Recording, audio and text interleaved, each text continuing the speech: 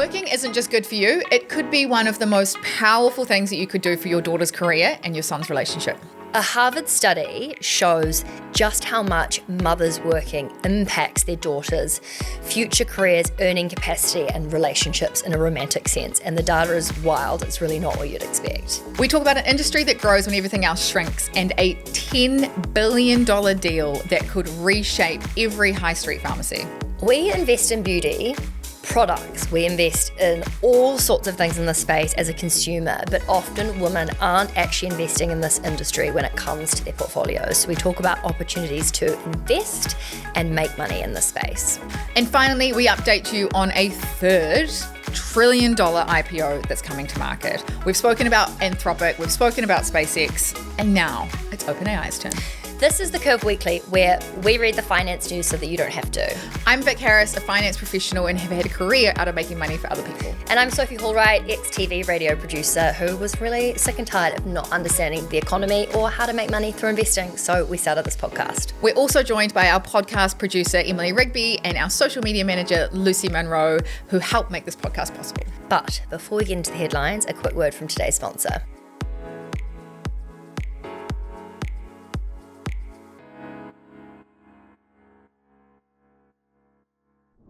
This episode of The Curve Weekly is made possible thanks to Pathfinder KiwiSaver Plan, helping you invest alongside your values. We're really excited to bring you the ethical hotline where you can ask all your tricky ethical questions. Each month, Pathfinder will answer the most interesting, popular, or polarizing question. To submit yours, follow the link in the podcast show notes. Pathfinder Asset Management Limited is the issuer of the Pathfinder KiwiSaver Plan. A product disclosure statement is available at pathfinder.kiwi. Okay, I have got a really... I don't know if it's controversial or not. I was going to put something on Instagram about this yesterday. Are you updating us on your money? No, finances? I'm actually just kicking that can down the road. No one wants to hear about this it. This is the when someone... It's the biggest tease of all time. Tease, yeah. But I'm not actually doing it because I'm trying to be a tease. I'm so sick of talking about my shit financial blowouts. Everyone must be like... teasing every episode and you're like, just jokes, they're fine. They're not My fine. finances are fine. They're absolutely not fine. I actually took a screenshot yesterday to send Lucy, our social media manager, because it's literally got like 12 cents in one account. I was just like, oh, God. Anyway, I wanted to play something to you, Vic, and I actually would love anyone listening's feedback on this. So I've had a few friends recently get engaged. Yes. And the conversation around lab-grown versus natural diamonds. Can I play this clip of this video that I was watching yesterday just so that everyone has the context? Okay, two things that I think are going to piss a lot of people off. And this pisses me off even just to say it because I really love these huge ass engagement rings that everybody is getting. And I feel like these huge rings used to be like such a flex because you knew if somebody had that big of a diamond, like their partner paid a lot of money for it. But because lab growns are a thing now, you never really know if one is natural or lab grown. So even if it is natural and you tell everybody that it's natural, which is like kind of... no one's really going to believe you anyway. So obviously, like, yes, if it really matters to your partner that it's natural and you have the money, like, go for it. Which feels like such a waste of money because, like, what are you going to do? Go around to people and be like, look at my ring. I promise it's natural. Trust me. Believe me. It's natural. Because I don't hear what anybody says. Like, nobody can tell with the naked eye what is lab grown and what is natural. So the only reason you'd be buying natural is to say that you got a natural diamond. What do you think about it? Have you had friends? I just think it's like anything materialistic, right? It's like you wear sustainable fashion, not because you want everyone to know you're wearing sustainable fashion, it's because it feels good for you. Or you pay for an expensive brand of clothing because of how it feels, or maybe you do it because you want people to know that I just don't think it really matters. Do you know, it's like, it's more reflective of the person, if that makes sense. Like if it really means a lot to you to have a massive diamond that's lab grown because you want to be flashy and you want people to, to have a big diamond on your hand, and go for it. If you want a massive natural diamond or a small natural, I don't know, like I'm kind of, yeah. I just think it's quite interesting. So like I saw this and then I was looking up how much lab grown is, and they're actually, they're not cheap, but like, those enormous rings that everyone's wearing now, those engagement rings that are, they're just like the classic oval, large, natural diamond. Well, sorry, not natural, but like the silver looking one, whatever. It's like £40,000 or something for that. Whereas if you got a lab grown of that size, it's like 3 or 4 grand. Like, it's so much cheaper. Yeah. And I don't know. I think because probably a lot of your friends were engaged before lab grown became such a thing. But now that people are starting to get engaged in the last probably couple of years, I don't know. I was like, would you care? Would you care if it was? I think it'd be more, I don't care about the size. It's more about the cut. I want a really unique cut and a really unique ring. But you wouldn't care if it was lab grown versus? No. So interesting. I really didn't know what your answer would be. It's like to this that. white T-shirt, right? If it was like, I don't know, a Acne. Dior T-shirt, yeah, and I paid £200 for it, or is it a Uniqlo T-shirt that I paid £10 for? Do you know what I mean? It's like if I want to spend £200 on a white T-shirt because I want the Dior T-shirt, you know, it's like kind of, yeah. It's, oh my God, I'm actually really surprised by your answer to that. Why? Because I would have thought, I don't know why, I would have thought you would have said, I want natural. That's just because. I don't know. The natural diamond is obviously like. The idea it's been like built over millions of years. Yeah, blah, blah, blah. yeah. But anyway, the reason we bring it up, so I was doing a bunch of research because we're doing a wedding mini-series in the next couple of months. And some of I guess because we haven't been engaged or married, this is sort of a whole new space for me. I've also never really thought about this or looked into it. But now my algorithm thinks that I'm getting married because I've been doing all this research for the podcast, and this video came up and I was like, oh, I wonder if Vic would care or if she's got like a particular, I don't know. What would yours be? View on it. I don't know, because I started asking a few of my friends, ones that work in fashion. I talked to my cousin and she was like, no, I don't really care if it's the same. I would want it to be natural. It's definitely, I think there's people who have quite strong opinions, whether it's lab-grown diamonds, whether it's weddings, and because we're doing this mini-series, we wanted to do you remember years ago we did the anonymous salary spreadsheet? Oh, yeah. And people shared what they were paid, what their pay rises were, and it was so good because people could go in and, what? Are we doing another one? Well, I want to do it but with weddings. I want to do it with, so for this wedding episode, I basically want to get everyone who feels comfortable. It'll be totally anonymous what you put in. But like how much you spent on flowers, so people can see, oh, whoa, some people spent $2,000 and some people spent 50, or how much you spent on a dress, or things that you regretted spending on, things you wish you spent on. Because I think it's just, it's gotten so carried away with what people plan and spend for weddings. People don't often talk about it. Yeah. So we were just sort of, we put together this, it's almost like a quick quiz for anyone that feels comfortable sharing. We would love to use some of that data in the episode. And being able to see heaps of people's answers, I think, will be really helpful. Yeah. So yeah, we'll link it in the podcast show notes for anyone that feels comfortable sharing. Promise. We won't publicise it. Can we also add a section for people like that haven't been married? Yes, that's actually a really good idea. We'll put a section in for people who have been guests, because there's totally different I'll costs be like, involved. and filling out again and again and again. But yeah, anyone that has any sort of, I guess, stories, thoughts on money, weddings, engagements, if it doesn't fit within the questions that we've put, feel free to send us an email or a DM or comment where you're listening to the podcast, because I think the more insight we can get as to women that are not engaged or married would be quite helpful for content purposes. Or men. True. That help men. Very good. Yeah. I don't even really want to talk about this because I think we're going to get some heat. So in the US, daughters of working mothers earn 23% more than daughters of stay-at-home mothers. Okay, so let's unpack this, because a 2015 Harvard Business School study surveyed 50,000 adults aged 18 to 60 across 25 countries. So it's one of the biggest studies that's ever been done like this. The researcher wanted to know, does having a working mother actually change the outcome for children when they grow up? And the results that came back were actually like so consistent across the different countries, across the different ages. And that's the US, that working mothers, that daughters of working mothers earn 23% more. But globally, it was still that daughters of working mothers earned 6% more across the world. So that wasn't country specific. It wasn't just developed countries, or, it was very much across the board.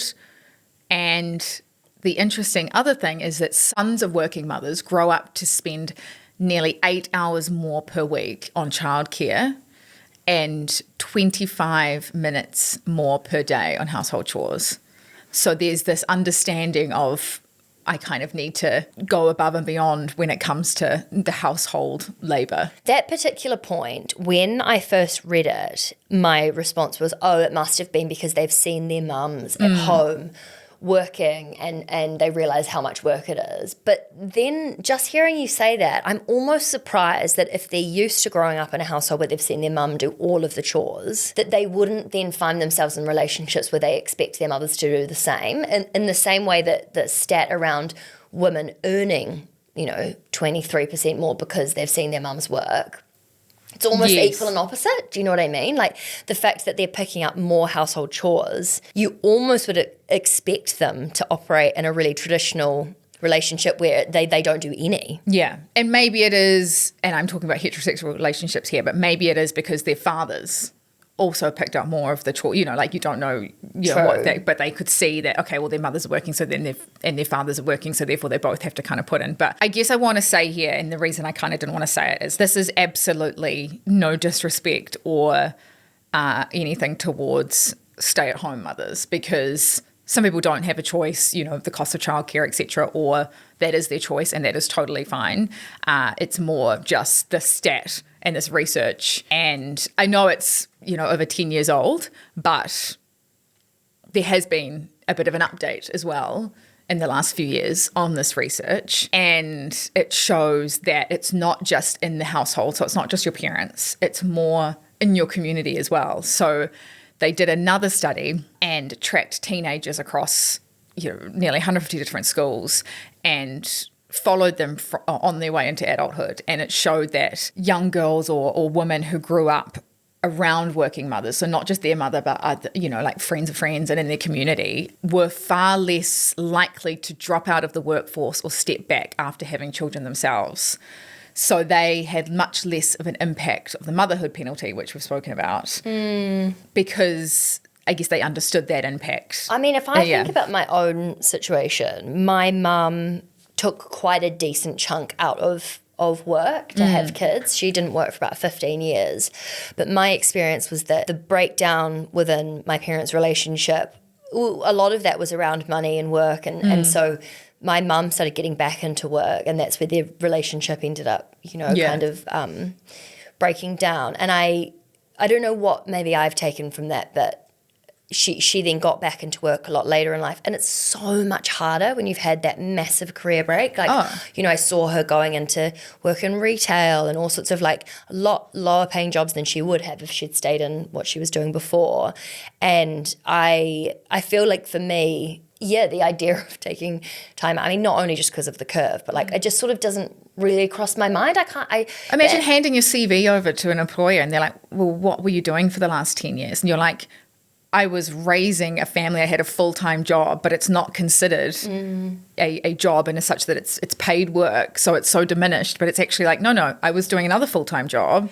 Even though taking a career break, it's it's so frustrating. I think it's, but then also if we look at your situation, your mum worked all the way through, right? Yeah. I think when reading this, it's just what your role model, or what's modeled in your life, you kind of follow. And it's the same when it comes to money and finances, right? If your parents don't know or talk to you about money, you're going to probably grow up not knowing or talking about money. It's the same with anything. If sports is not big in your household, or eating unhealthily is a big thing in your household, you're going to be modeled that. And so it's a function of household. Your household. Yeah, I know. I was like, did anyone pick up on that? So sorry, we're gonna have to pick up on that one.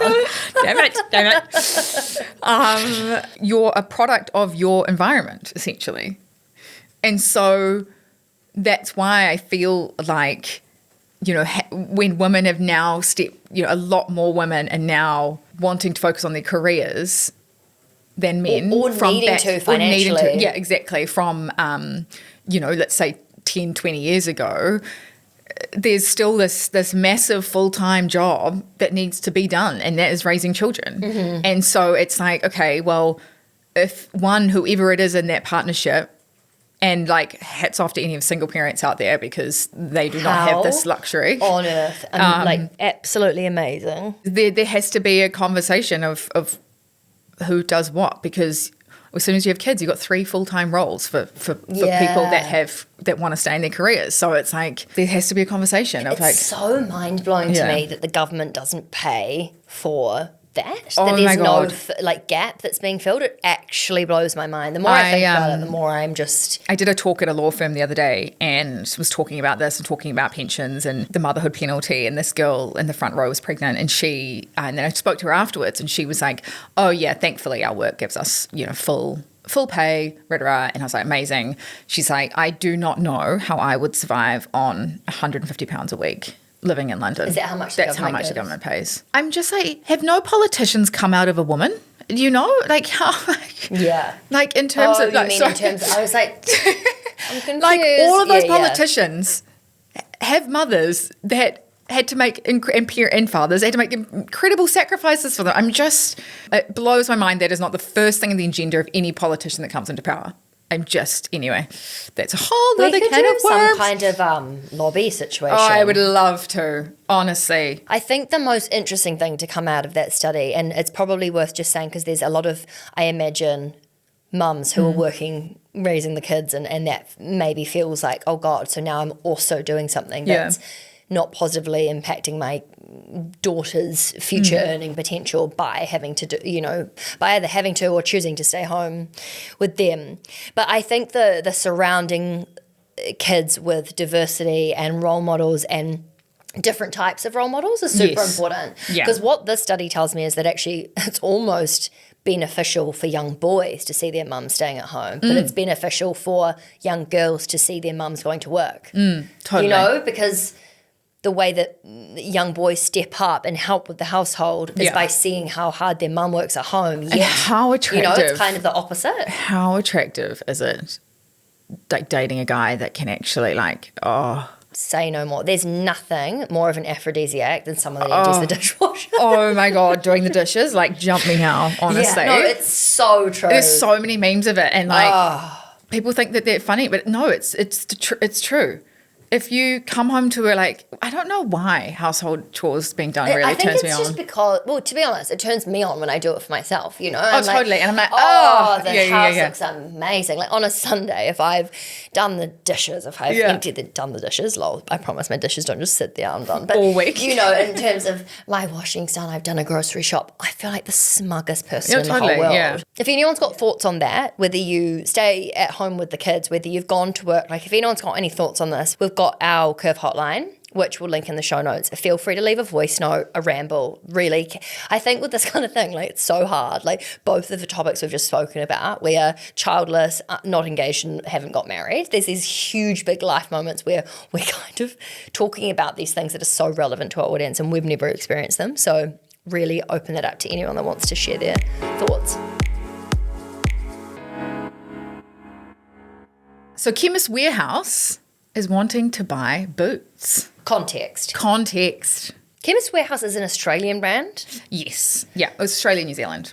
So Chemist Warehouse is a place, if you've never been, you can go and buy all sorts of things from, I was about to say foot scrub. That's the most random product to think of first. The largest pharmacy chain in Australia and New Zealand. Vitamins, think hair product. Oh my God, why am I going blank? It's basically shampoo, conditioner, toothpaste. Yeah, everything. Massive. Yeah. What a pharmacy. Chemist. I think everyone knows what a pharmacy sells. Thank you so much. Great. And it's huge. They're huge. And they're amazing prices, right? They're way cheaper than going to a normal chemist. For anyone that's not in the UK, Boots is it's kind of the equivalent over here in the UK, really. Yeah, they've got nearly 2,000 stores in the UK, and it's been around for about 180 years. It is an institution. Enormous. Yeah. It started with one chemist in 1849, which I don't even think New Zealand was around in 1849. No, I don't think. And then Boots is like, hey, you want some Korean skincare? God. And like, oh God. But boots is like one of those things. I love boots. It's almost a verb, don't you think? You know, people say like, "Oh, are you going to get an Uber?" Boots is just go to rather Boots. than saying pharmacy. People are saying just go to Boots. Yeah. It's huge here, and they sell everything as well. I remember when I didn't live here, and I used to come over, and I used to just get lost in Boots and be like, "Oh, what's this and this and this?" And I remember when you were like, "Meet me at the Boots," and I was looking for shoe shops everywhere. I was like, Whoa. "What?" No, I seriously did that. I'm not trying to be funny. I don't know if you remember, we were in West London, and you were like, "I'm at the Boots," and I was like Googling like shoe shops. The Boots. Yeah. But yes, so the reason this is really big and interesting is how much is Boots worth right now? So they are a private company. Amazing, they've managed to stay private. Yeah. So there was a bit like, so they were a part of a US company and they got spun off and they got bought, but they've had quite an interesting history. So they are owned by a US private equity company right now, and Chemist Warehouse, which is actually owned by a company called Sigma Healthcare, which is on the ASX, so it's on the Australian Stock Exchange. So if you wanted to own shares in Chemist Warehouse right now, you could through Sigma. So Sigma Healthcare is the kind of the parent company. And Wait, how does that work? So it's not public, but you can buy shares in it? yeah. No, it is public. Chemist Warehouse is public. Boots isn't. Sorry, got you. Yeah. That's all right. You were busy. Yes. So Chemist Warehouse, well, Sigma Healthcare, the owner of Chemist Warehouse, is wanting to buy Boots for $14 billion. So Casual. this would be one of the biggest pharmacy chains in the world. The thing is that Sigma is buying something that's roughly 40% of their own size. So this is massive for them. How on earth would they have enough money to So do that's that? nearly half the size of them. Huge. Like, yeah. It's so weird that all these businesses are trying to buy businesses that are enormous. Normally, I thought you would acquire a business that's small. You know, even the story we spoke about a few weeks ago with that business trying to buy one that's like 4 times their size. You know, GameStop and eBay. Yeah. I think to answer your question, like it's because the stock market has done so well that these company share prices are so high. Right. They now, that gives them the opportunity to purchase these companies that previously they might not have been able to, or they could raise money to then purchase these companies. So like, yeah, when stock markets do well, it does create like euphoria, it creates IPOs, like everything's like, ooh, yeah. But Sigma is doing this because they want to become the biggest pharmacy chain in the world. They want scale, and they don't have a presence in the UK. So it's clever. Yeah, it's very clever. It's so interesting. I think, I don't know if this is more of a feminine approach to business, or maybe I just recently learned about this element of sort of buying businesses to grow. Obviously, in investing, this is the sort of thing you've seen so many times. But the premise is like, rather than them starting their own chain, which would take years and years, the investment for them is to buy Boots. Well, if you think about products like, what did you say, foot scrub, and now they have... Have you tried a scraper? Oh, I remember back in the day when I used addictive. to get a pedicure and they used to scrape. Yeah. Honestly, it's quite gross, but it's kind of amazing. You've like got baby feet again, you know? Yeah. Oh, I feel, yeah. Anyway, will we say be careful to not use your foot scraper and put it in the dishwasher and someone gets confused that it's a cheese grater. Oh my God, never coming to your house for dinner again. You're like, we're going to have cheese toasties. It didn't happen to me. It didn't happen to me. It happened to someone I know. My friend. This person I know. No, honestly, it wasn't. I promise it wasn't me. Fuck you. Anyway, yeah, if you take the foot scrub that you now might put on, supply to Chemist Warehouse, you can now supply to like so many more stores because you've got Boots and you've got Chemist Warehouse, like the scale benefits, and therefore what you can purchase that foot scrub for from a manufacturer, and you start getting some real scale benefits because you're not only buying maybe 4,000 units of a foot scrub, you're now buying 20,000. So, yes. All of those benefits of why scale is really good, and then also just prevents competition. If you've got the biggest range, the lowest prices, that sounds like a commercial, but then it starves small competitors. It's kind of like, I guess, if you think of something like Unilever, where they own every different brand under the sun, they almost own the whole shampoo space. They're like, that toothpaste isn't doing well. That's a shame, but this one is, so we don't really care. Yeah, exactly. What I find so interesting about the beauty and wellness space in general, and you speak about this a lot, Vic, that it's one of the fastest growing recession-proof industries, And it's so fascinating to me, like the percentage of people who invest in these companies it's so many men that invest in them because they can see that they're a great investment, yet we're the ones that are fueling the consumer side of it. Yeah. It's just a really good thing to start to be aware of, like what, and this is again, it's something we've spoken about literally since the beginning of the curve. Things that you buy and businesses that you support as a consumer, you can invest in. And that's like almost supporting your own investment in a way. If you're shopping somewhere, like look it up, see if it's a public company. Yeah, like Australian women spend $300 a month on skincare. I'm surprised it's not more. Imagine if you put that into investing in skincare and beauty companies, you know? Because I guarantee guys do not spend that much on skincare, but they probably own the company. Totally.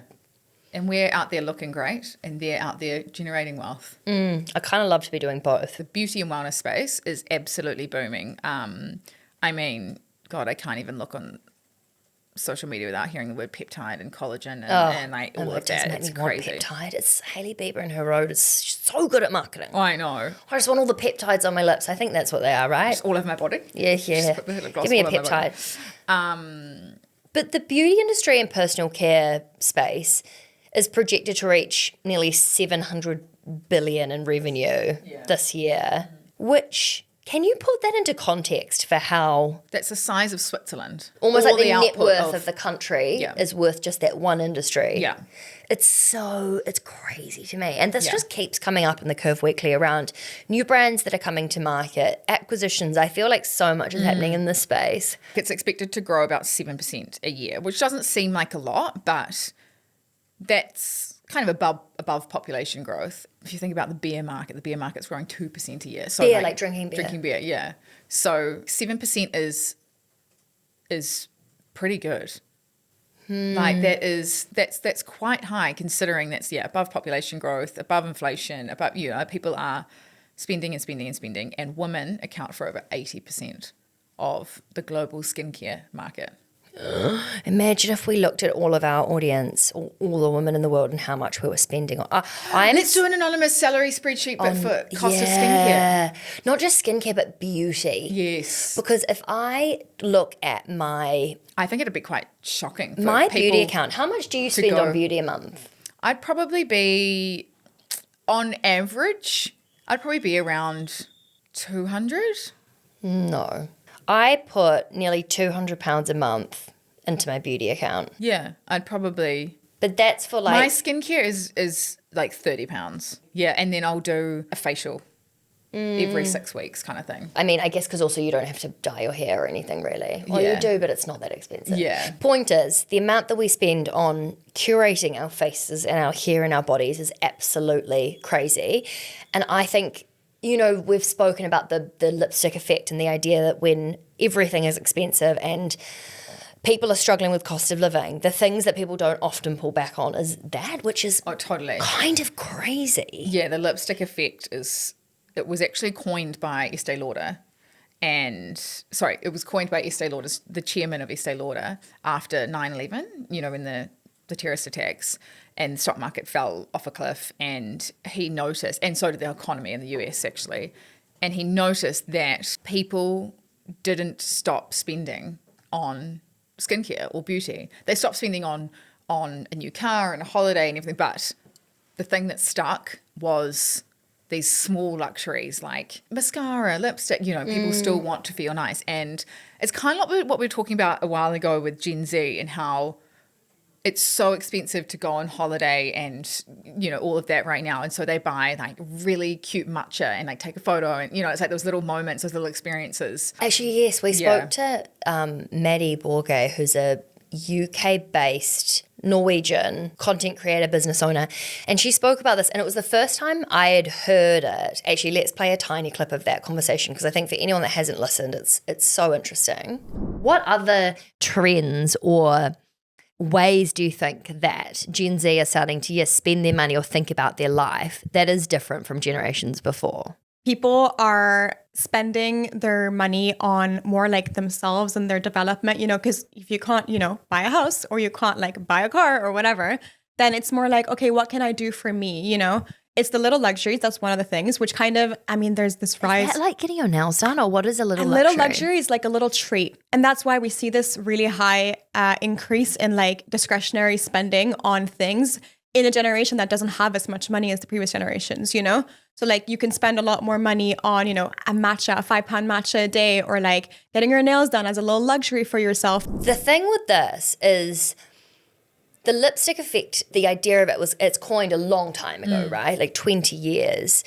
It's almost the entire way that Gen Z are thinking about their money and living now, because it's so hard to buy a house. It's so hard to afford the kind of lifestyle that we've all been told we should be able to go to uni, get a job, earn money and do the things. It's almost impossible. So the way they spend their money now is so much more focused on, those like little luxuries, which is essentially the lipstick effect, isn't it? Yeah. And when I see a headline like this of Chemist Warehouse buying boots, I instantly think, why are they buying this? They would not buy this business if they saw this category going backwards or this category not continuing to grow in the future. And so when you couple that announcement with Hailey Bieber selling Rhode to Elf Beauty, if you Ulta Beauty acquiring Space NK, you've got L'Oreal and Kering doing strategic partnerships with Gucci, like all these things, you're like, hang on a second, there's a lot going on in this space. There's a lot of very experienced and knowledgeable people that are doing these deals. I'm also a contributor to this, and I can see it around me every day with my friends and my community. So therefore, how do I get to invest in it? That's what I'm thinking when I read these kind of headlines. I'm just shocked that there's still space for growth in this industry, in this area. We spoke a while back about how women are trying to extend that middle part of their lives, you know, that 20 to 40-year-olds. We had that talk from the futurist who was like, oh, that's right. Yeah, and so, this is going to go on for like decades, I reckon. If you do want to invest in this theme, you can do it through direct companies owning shares in direct beauty companies, or there is an ETF.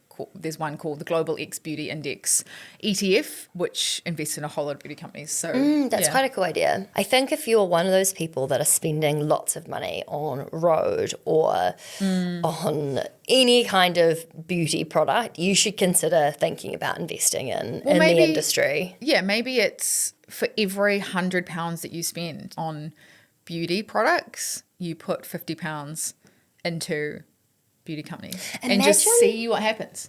Imagine if your accounts, like what you put aside. So, for example, if for me it was £200 into beauty, if £100 had to go into my investments for that, and it was almost mirrored across all of my spending. So, for example, you know, the things that I pay for, like groceries and phone bills and blah, blah, blah. You put into supermarkets. You put half of that into, God, I do not have enough money for that.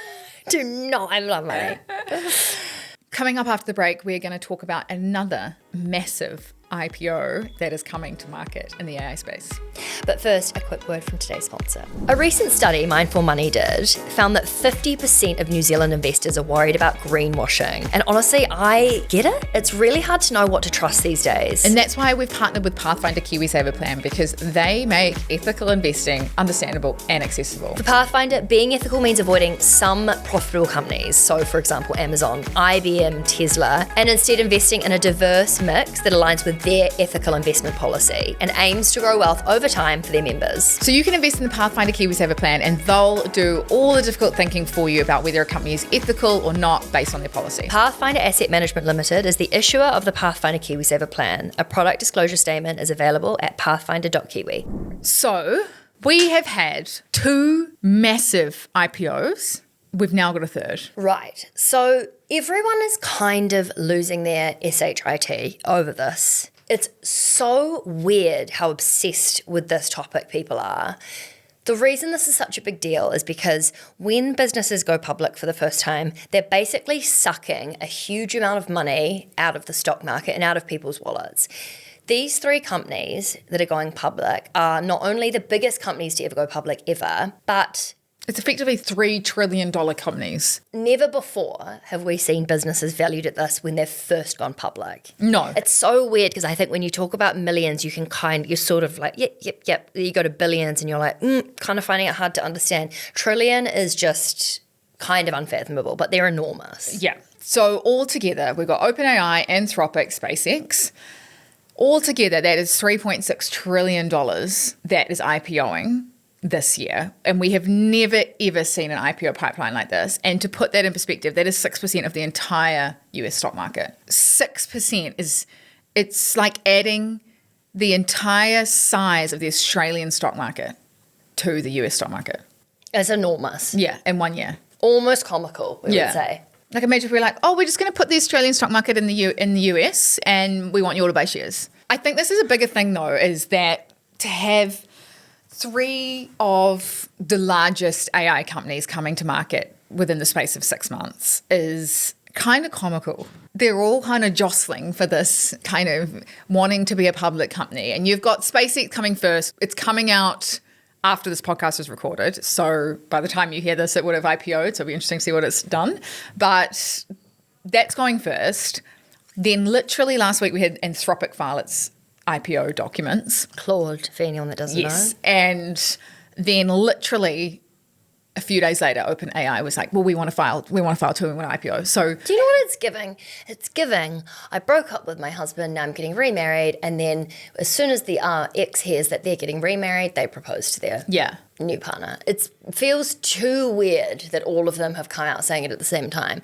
But I guess you have to spend so long getting ready to go public that they must have all been working on it at the same time, right? Apple took 42 years as a public company to reach $1 trillion. Whoa. It listed in 1980 and it hit $1 trillion in 2018. OpenAI is trying to list close to $1 trillion and it only launched ChatGPT 4 years ago. Like if you just took that and you didn't know what these companies did, you would be like, why on earth is anyone buying these companies? That is absolutely barbaric that a company could be valued the same as what Apple took 40 years to create in 4 years. Surely people are not going to buy this. It's cave. So for anyone that is new to IPOs, actually, to be honest, I think this is a useful conversation to have regardless. So when someone is selling a piece of their company, like a share, whether they're going public for the first time or you're buying it on the stock market, the price that you pay for something, there's ways to value or look at how much you're paying for what you're getting. So in the same way, if you went to the supermarket and you were buying organic butter, if you saw that organic butter was selling for £200, most people would probably say, there's no way I'm buying that butter. Some people would look at the butter and think, do you know what? It's the highest quality. It's the best that we're going out of, whatever it is, their reason to buy. There's people that will buy. But what we're kind of saying here is that these companies are valued so enormously that it feels almost absurd to think that people would be comfortable paying the amount that they have paying such a premium. Yeah, exactly. Like OpenAI and SpaceX, they don't make any profits either. So they're super high risky companies to invest in. At least Anthropic is going to turn a profit, in this first 6 months of this year. So it's a bit more, I guess, a bit more financially stable in that sense. But the reason all these companies are IPOing now as well is not a function of the fact that the stock market has done well. Yes, that's part of it. But it's the fact that they need so much cash to invest in AI infrastructure. So they need the demand that they're seeing for AI. They need immense amounts of cash to support that in terms of investment. So they are raising billions and billions of dollars so that they can reinvest in their businesses and keep growing and keep providing these services that we're all demanding. Basically what Vic's saying is they're capital-heavy businesses. It costs a lot to run these businesses, and the types of infrastructure that they're creating and the services are expensive to run. Yeah. So that even in itself is so interesting because firstly, a tech company, you kind of think once you've built the tech, it's cheap to run or it's not obviously, but when it's not like you're not buying 500 batteries it's not like a tangible asset that they have to invest in. It feels almost counterintuitive or weird to think that it's so capital heavy to run those businesses. Yes, yeah. But then at the same time, the other interesting part is that so many of them still haven't really figured out their monetization model properly. So unlike a lot of businesses where you buy them and it's really obvious to say, okay, here's the product, here's the customer, this is how they make revenue, it kind of is in a bit of a question mark, isn't it, around how they're actually are they actually going to be as valuable as they're saying they are? The revenue side, it's a subscription service, right? Like Claude and stuff. And yes, we use it, but like if you think of corporates that spend like millions and millions a year on their Claude subscription, for example. But yeah, it's the infrastructure that's needed to keep fueling that, and the more products you bring out and the more features that adds, like, you know, you got Claude Design, Claude, like all of that. It's expensive to build. So much like energy that consumes to run that, and so you have to pay for that somehow, and that's why they raise money. And it's kind of like Netflix, right? The more they grow and the more subscribers they get, the more content they have to produce. So if they see this huge amount of growth and this huge runway of subscribers that they can get on their platform, well, they have to keep reinvesting that back into content to generate heaps more content so they can keep, you know, like it's like this flywheel. And so that's what all these companies are seeing, is this massive demand. And they're like, gosh, we need to get our A to G, we need to invest, we need to bring out new features, we need to stay ahead of the curve essentially, and just keep going. Because now you've got these two, especially with Anthropic and OpenAI, you've got two very, very similar businesses, and you don't want to be the second one out of the gates to IPO because you'll be compared to the first. You want to be the first out that everyone's like, woohoo, yeah, let's get on board. And the second one comes out and you go, oh, shit, actually I've already got shares in the first and you're not as good. So yeah, it's like the second horse out of the gates, you know. Yes. You want to be the first one, and it looks like Anthropic is going to be the first one. I mean, SpaceX would have already listed by the time this comes out, but it's a bit different. Like, they've got other parts to their business, but you're going to be compared against the two. So even when they're both listed, if one's growing stronger than the other one's going to not do as well. It's just like, yeah. I don't know about you, and we've spoken about this before. I feel like if Google gets it right, they could totally dominate. Yeah. You know, I got an email yesterday from someone. We have G Suite for the business, so it's already integrated in how we work. And it was someone basically trying to upsell me into something, saying, you know, you can get 25% off this or whatever it was. But I've really noticed the AI summaries at the top of Google are so much better than they used to be. My Gemini notes that come through after the meeting, I have this feeling like it just gets better and better, right? There's all this hype around all these new businesses, but Google is enormous, and if they can nail it, I don't know, it'll just be really interesting to see what happens over the next little while, because like, even though yes, Claude's amazing, it's not that user friendly. Like, I found it, I don't know, I've just been noticing some of the other businesses that I kind of thought were behind in the AI game, I feel are starting to creep up with better products and experiences. Like, I wasn't Googling for a while because I was just going to ChatGPT, but now Google's AI summary at the top's quick and easy and quite accurate. Yep. I don't know. It'll be very interesting to see what happens. Are there any key takeaways for investors or people who are thinking about investing in these businesses? Yes. How should they decide, or like weigh up the options? What are some of the key things for retail investors like us to think about? I think the thing to remember is, like, yes, we're in a world, there's a lot of AI hype, there's a lot of, it's exciting, and you don't want to feel like you've missed out if this does really well, but I just keep coming back to, if I had no idea about these companies and you had written company A, B, and C, would I invest in these? Knowing what I know, knowing that some are unprofitable, knowing that some are valued at 100 times revenue, not you, like, would I invest in these? No. And I keep coming back to, like, Vic, if you stick to your investing strategy and something does well and you miss out, it's like, at least you've stuck to your roots. If you jump on the FOMO train and you invest in it, it doesn't do well, you're going to kick yourself that you didn't stick to your strategy. And I think with IPOs in particular, there is an added level of risk. They haven't been listed. They haven't had that financial track record. And there is the hype, particularly with these AI companies. We've got to remember these companies are burning cash at a ridiculous rate. And this is speculative investing.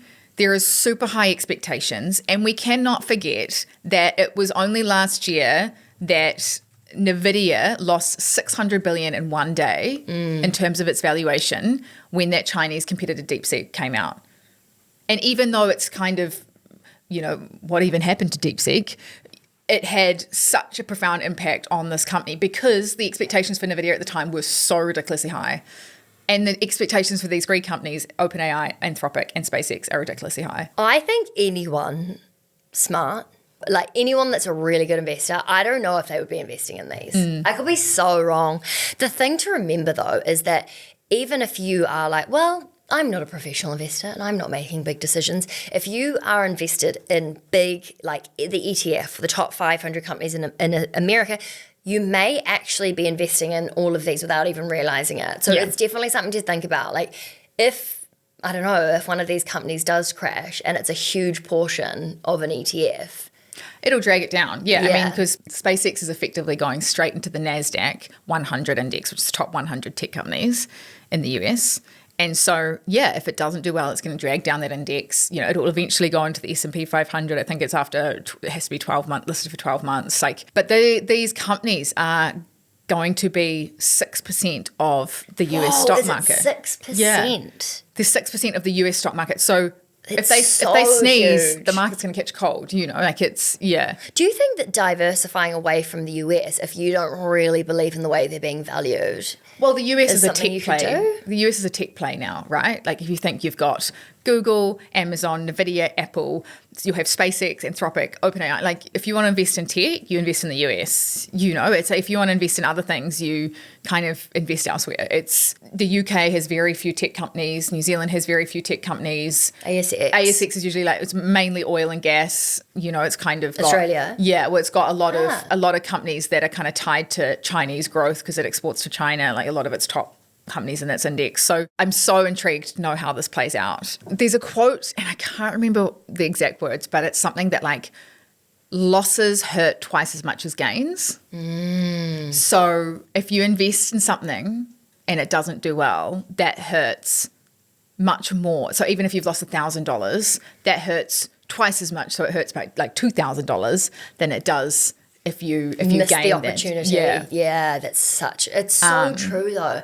And I think, your point on getting caught up in the hype and sort of deviating from what you know, this is what you've said to me literally since the beginning of time. There are so many different businesses to invest in and so many different industries. You don't have to invest in every single big idea. Don't get FOMO. Yeah.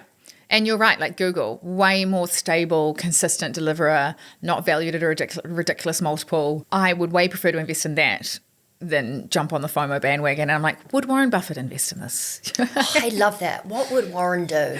It's funny. What would Warren do? I spoke at a talk at London Tech Week and I was speaking to this lady at Morgan Stanley afterwards. And I was like, oh, what's it like at your company right now? Because they're on both the OpenAI and SpaceX deals.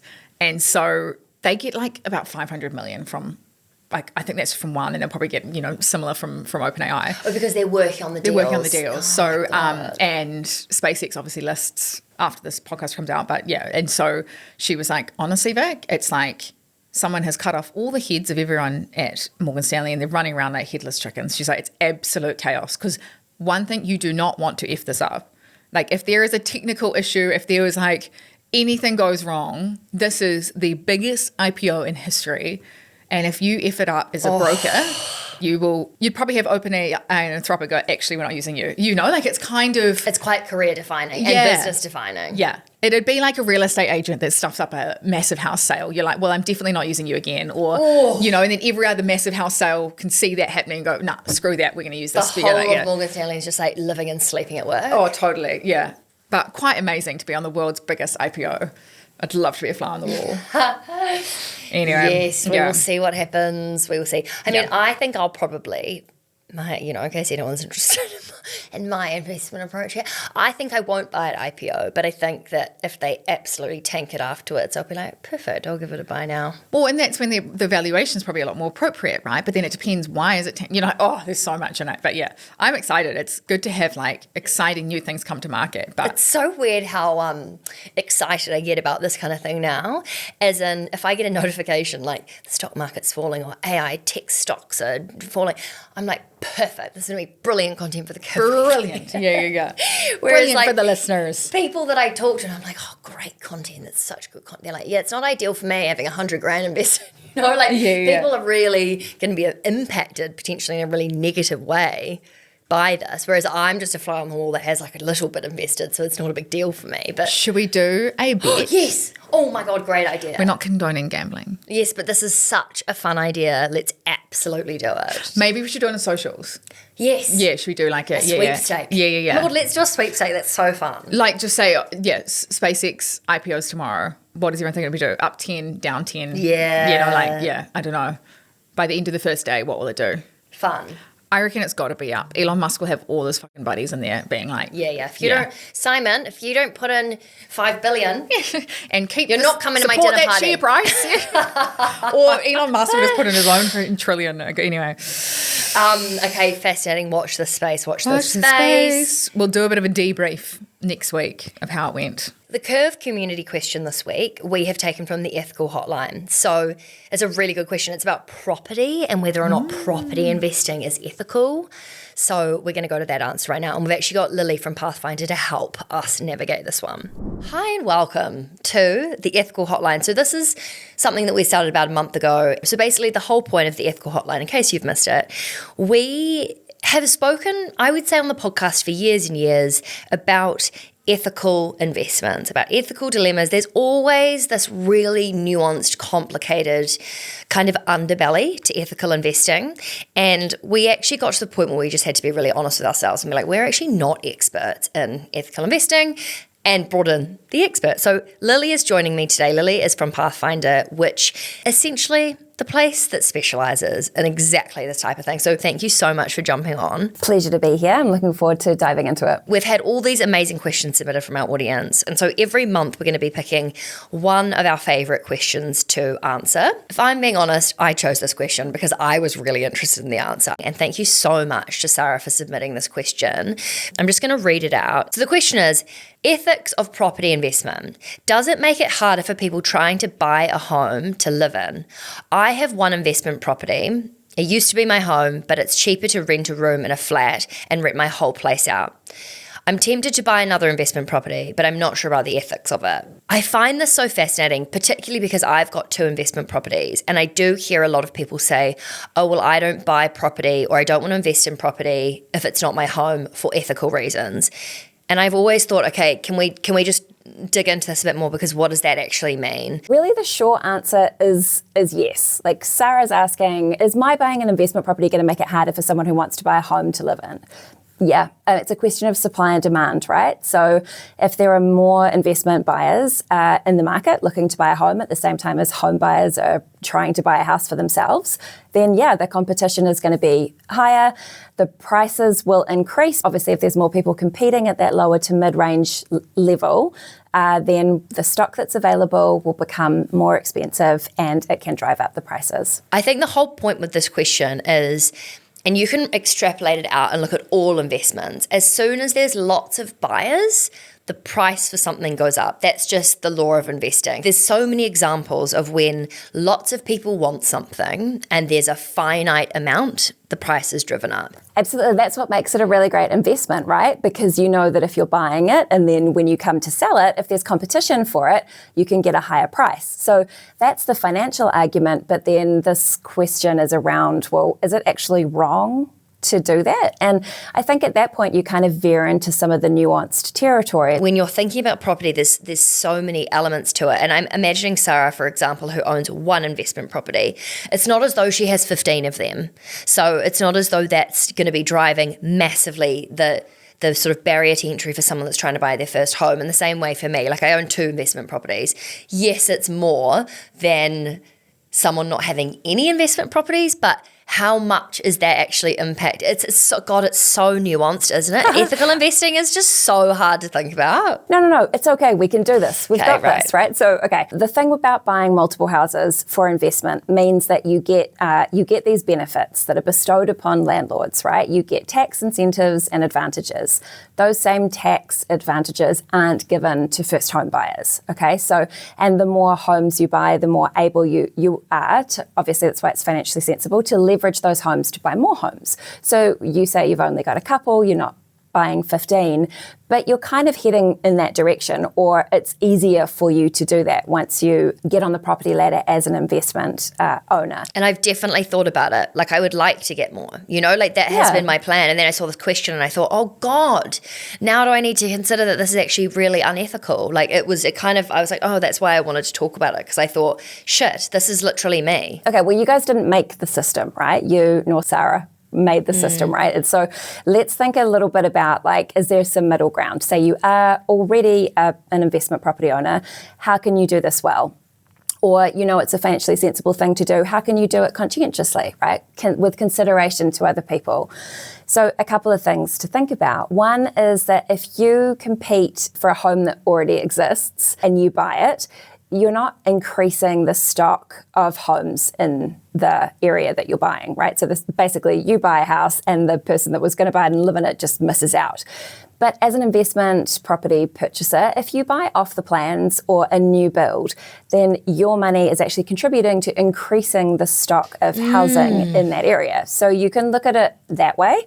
One of the things that I think is really important to point out here is that there's a huge value in being a really, really good landlord, right? So not everyone is going to be in a position to buy a home. New Zealanders are obsessed with buying homes, but that's not the only way to live. Renting is a totally sensible and feasible way to exist in the world and to house your family and to meet that need for a human right. But if you're a homeowner or an investment property owner and you are providing the opportunity for people to rent, then like making sure that it's safe, warm, dry, affordable, accessible, you're actually doing something really, really good. And also, of course, if you want to avoid investing directly in property, but you want to get some of the benefits from property investments, you can actually invest, as you guys know and talk about quite a lot, like in listed property funds and other financial instruments that, so you can gain exposure that way, and then you save on rates and maintenance costs because you don't actually own the building. Also, like, I just had no idea how much admin was involved in being a landlord. It is so admin heavy. And so, yeah, I think just being aware, there's other ways to make money. If this, from an ethical perspective, doesn't sit right with you can invest in other ways. Thank you so much, Lily, for the amount of research and time that I know has gone into that answer, because as we've said many times on the podcast, ethical investing and this whole space is complex and nuanced, and it's not a yes, it's ethical. No, it's not necessarily. So thank you so much. For anyone that wants to read the full answer, definitely do. Have a read of that, and thank you so much to Sarah. I love that she submitted that question, and for anyone else that wants to submit a question to the ethical hotline, we'd love to hear from you. There's a lot to unpack with ethical investing. 100%. We were talking about AI, you guys are talking about birth rates, you guys are talking about SpaceX and Elon. I mean, almost everything that comes out of your mouths in the weekly has some kind of moral component to it about, you know, how we feel about it, and as a consequence of how we feel, how we should act. So yeah, just send in the questions and we're excited to help you unpick them and your listeners figure out what to do. Yay! Thank you so much, Lily. We'll speak to you soon. Oh my God, Vic. Yes. Just before we end this podcast, guess what's coming out this week? Your money story. How did you know that? Because it says it in the prep sheet. Damn it. We need to be careful about what you see. And for me too. No, thank goodness. I've been waiting patiently for this. Oh, so Lucy, our social media manager, and Emily, our producer, interviewed me, which is quite fun. It was so nice to not be the one interviewing and having to think about anything. I just sat there and answered questions. It was great. But we did a similar episode, well, not similar, but, you know, along the lines of with Frances Cook. I went on her podcast and talked about this. And then we were like, gosh, we haven't really done anything like this for our community for a while. And if you're new to listening, you might not know about I was about to say about my rags to riches story, which is not. But, you know, I was a lot worse with rags money to back riches in the to day. rags. Yeah, totally. Sorry. But we're going to do one with Vic too. We're going to do Vic's money story soon. Yeah, don't you worry. That's in the calendar. Didn't know about that, did you? No, shit. I'm away that week. But we'll play a tiny little trailer for you to get a taster, and that episode will be out on Thursday.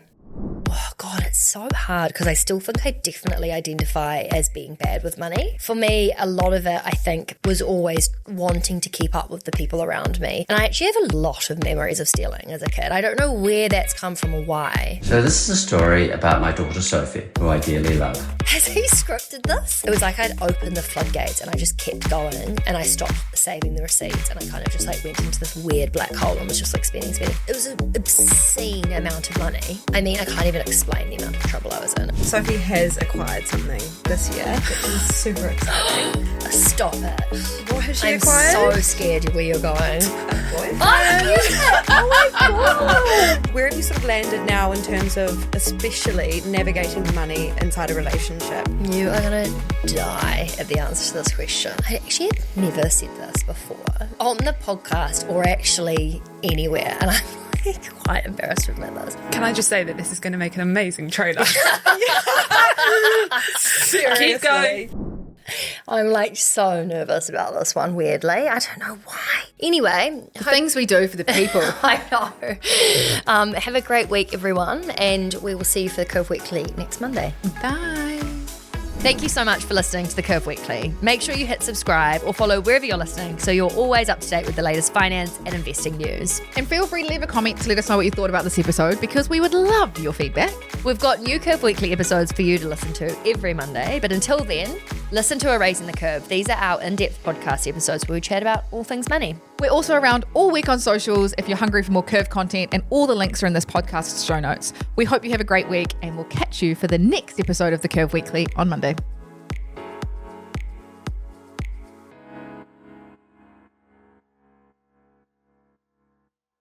Okay, quickly, the Curve was created to empower and educate you about investing, but we are not financial advisors. Our platform exists for educational purposes only, and it doesn't provide personalized investing advice for your individual needs and should not be relied upon to make an investment or financial decision. And always remember to do your own research before making any investment or financial decision. We're here for any knowledge and support you need, but the final call is always yours. And thanks for being here. You got this. Yeah, we know you got this.